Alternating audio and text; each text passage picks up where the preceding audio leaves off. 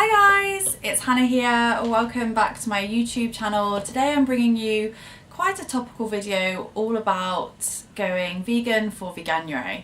So just in case some of you don't know, Veganuary is where you go vegan for January. You don't eat any animal products, so no meat, no dairy, no eggs, no honey, no anything else from an animal. And I did this for the month of January with quite a few friends that were doing it as well, and I was a bit sceptical at the beginning. I thought it was going to be quite hard because my main thing was dairy. Like, I ate a lot of cheese. Last year I kind of transitioned into mostly vegetarian, but I was still having some meat, like a little bit of meat, like very rarely, and some fish as well, but I was definitely still having eggs, I was still having cheese.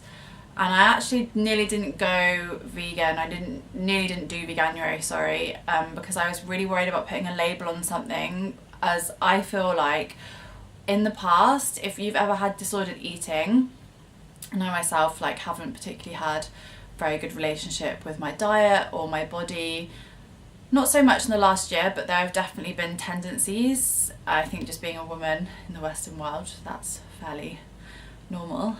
And yes, so I was a bit worried about that, and I was worried about putting restrictions on my diet and what I couldn't eat. But then I just decided to do it. It was only a month, it was only 31 days, see how it went. And I really enjoyed it, actually. I feel like it went really well. I feel very proud of myself for doing it. I don't feel that different, to be perfectly honest with you. I will say that I didn't eat a lot of meat before, as I just said. So for me, it wasn't like a really hard transition from eating meat all the time into not eating any. Can't speak today. And yeah, I feel very pleased. I definitely did have some cheese. I had cheese on the night out where I was celebrating my 26th birthday, mid-Jan. I was very drunk. I wanted cheese dippers from McDonald's, and then I think I had cheesy chips as well from another shop, and apparently I just could not be stopped. There was no reasoning with me. Cheese was on my mind, and so I had some. And I do think that when you're doing something like Veganuary, or if you're transitioning into reducing your meat or whatever it might be, especially if it's for like environmental reasons or animal rights or anything like that, which is quite a big reason as to why I did it, you have to be kind to yourself, and you have to know that you're going to make mistakes. I think it's just very normal, and we're so driven to be perfectionists, but actually just taking the time to be kind, to say to hungover Hannah, mate, it's okay, you had some cheese, you're not a bad person, and then you just get back on that horse and carry on going. So yeah, I was really happy with it. I'm really pleased with how it went. I probably did lose a little bit of weight because having no cheese, and yeah, it was good. Talking now about whether I think I'll go full vegan from now on, I've been thinking about this quite a lot, and I think that I will avoid labelling myself as vegan because it does close down a lot of options, particularly outside of London. Other places aren't as easy as London to be vegan, and there might be vegan people watching this saying, you're talking shit, Hannah, like, I live in Timbuktu and it's really easy for me to be vegan. I don't know how easy it is to be vegan in Timbuktu, but I know that, for example, going home to Devon, there are some pubs that I went to with my family at Christmas where I definitely wouldn't have been able to get a vegan dish unless I was really difficult and asked for something different. And some people might feel like they can do that, but I'm just not yet in that place, especially as it's such a new thing for me. And I welcome comments on this if you disagree or agree with me. So with that, I think I'll stay plant-based, which is where I just won't eat meat. So no chicken, no pork, no beef, nothing like that. I definitely want to stay away from dairy because it's 100% helped my skin. I have really bad adult acne, and I've noticed such a difference, especially around things in the chin, just removing dairy. And that was something that so many of you guys on my Instagram told me to do, was cut out dairy, and I did it, apart from that one day, obviously. And I do think that it's, you know, helped my skin loads, which is amazing, and a really positive thing to come from it.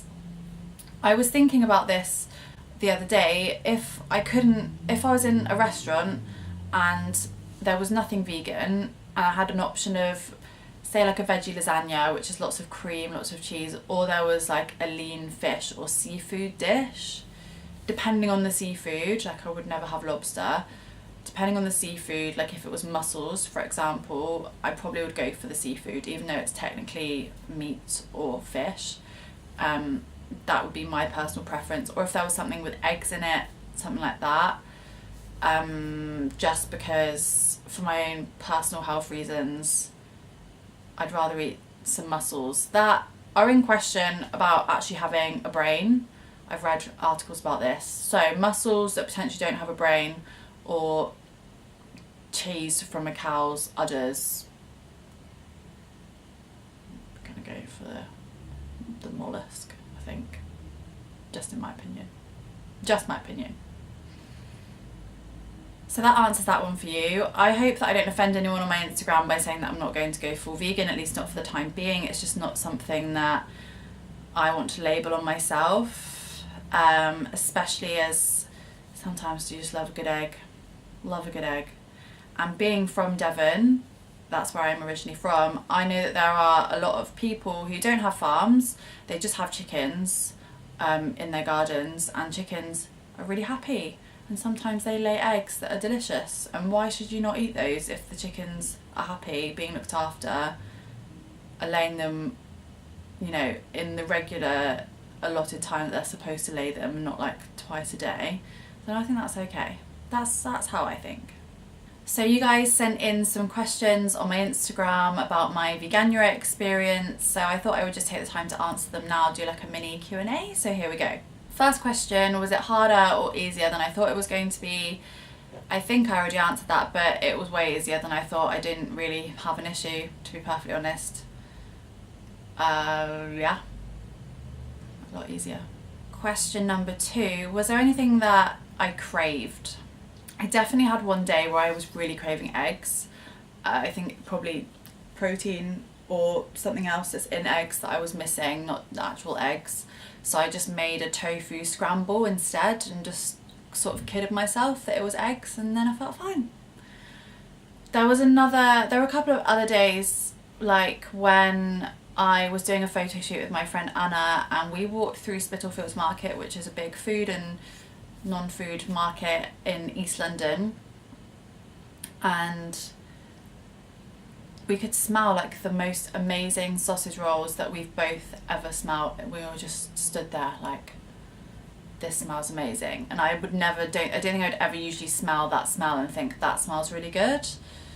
I think sometimes I would get a whiff of like a meaty thing and it would smell really good, but other than that, I'm good. I didn't really crave that much. I've honestly very surprised at how this has gone for me, to be honest. Question number 3 was, what was my biggest struggle and how did I overcome it? I think my biggest struggle, or my biggest worry before I started, was when I get home at 8:30 or 9 o'clock, actually sometimes 10 p.m. in the evening, and I need to eat, what can I have? And sometimes I don't have enough time to food prep. And another thing that I've noticed is, because you eat a larger volume of food when you're plant-based, because you're not having animal protein, which is quite dense, so you need to eat like more pulses than you ordinarily would. When you food prep, if you reduce space in the fridge, you're not going to be able to do the same amount of food prep as before, because that curry that you made, whereas before when it had meat in it, it would probably do you 4 meals, now it might do 3. Do you see what I mean? So that was my main concern. But Quorn, the brand, or is it Quorn? Quorn? I don't know how you say it. You know what I'm talking about. Quorn, the brand, they do amazing burgers that, I don't know how good they are for you because they probably, you know, are a bit processed. But when you do get in super late and you don't have anything else to eat, you can get a box of those, put them in the oven. Sweet potato fries, I can get some frozen ones from Sainsbury's. Peas, you're done. Easy. Vegan mayo, Bob's your uncle, Fanny's your aunt, and you're still a vegan for Veganuary. So to answer that question, my biggest worry was not having something in that I could eat that was easy to make and quick. And actually, just make sure you're prepared. Have stuff in your freezer, and there's actually a lot of stuff that you can have. I think I was just worried. The next question was someone who was talking to me on Instagram, direct messaging, about how they could tell that I had lots of friends who were kind of on the same page as me in terms of Veganuary or going vegan, which is really true. I had a lot of support and I'm very lucky. But what did I do when there were family members or friends who didn't understand or agree with it, which I found hard to answer because that hasn't been an experience for me yet. I definitely know that I have family members at home who wouldn't get it or who definitely aren't vegan. And I feel very fortunate that my family would never judge me for anything. One or two of my cousins would probably tease the shit out of me, but I don't care because it's banter, and they don't care that I'm going vegan. They just want to wind me up and have a bit of fun. So I found that really hard to answer because it's not something that I've really experienced. But I think just doing it in a non-preachy way. So try to explain to these people who aren't getting it that it's really important to you, that you're living your life this way, you're still very healthy, you're definitely getting enough protein. Because that's people's main fucking issue. Where are you getting your protein? I used to say it before I learned about, non-animal proteins.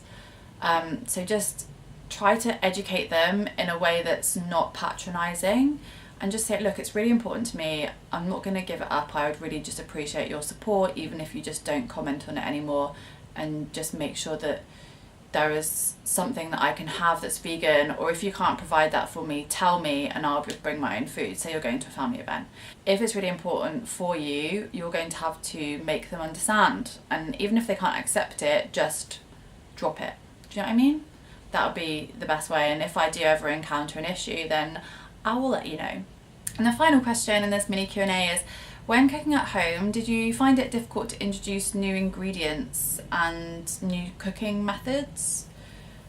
Well, I was already transitioning really, so it's been a long time coming. I think I was really scared to use tofu for a while, and now I use it all the time. I was just scared about the fact that it can be genetically modified and it's full of hormones. So I don't have it super often, but I do have it sometimes.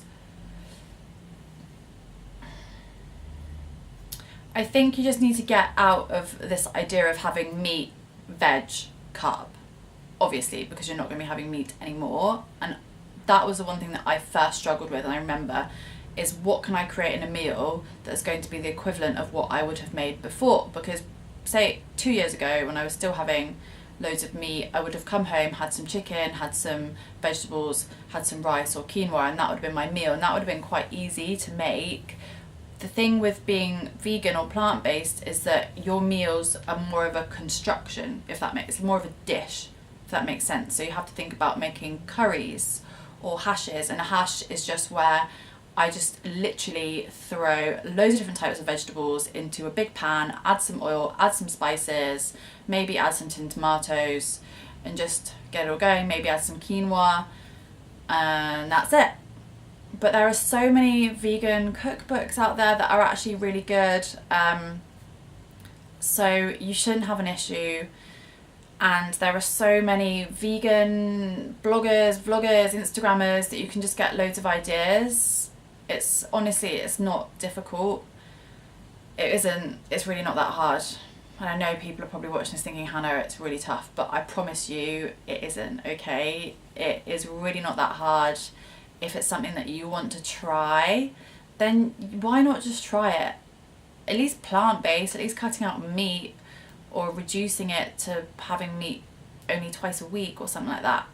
Sorry, I said that this wouldn't be preachy, but you're watching this for a reason, so you might be vaguely interested in why and how. So yeah, it isn't that hard, and you'll feel better, okay? I think I've preached enough. I will leave you alone now, but thank you so much for watching. Thank you for supporting my Veganuary journey over on Instagram. I really do appreciate that, And as always, any questions, any comments, let me know. Please subscribe. And yeah, thank you for watching. Have a fabulous day and goodbye. Oh, and for those of you wanting to know, this is from Sassy Spud. It's a really cool clothing store that are vegan online, and I'm not being paid to say this. I bought this because I really like the top and I thought it was funny because I used to say it. Anyway, goodbye.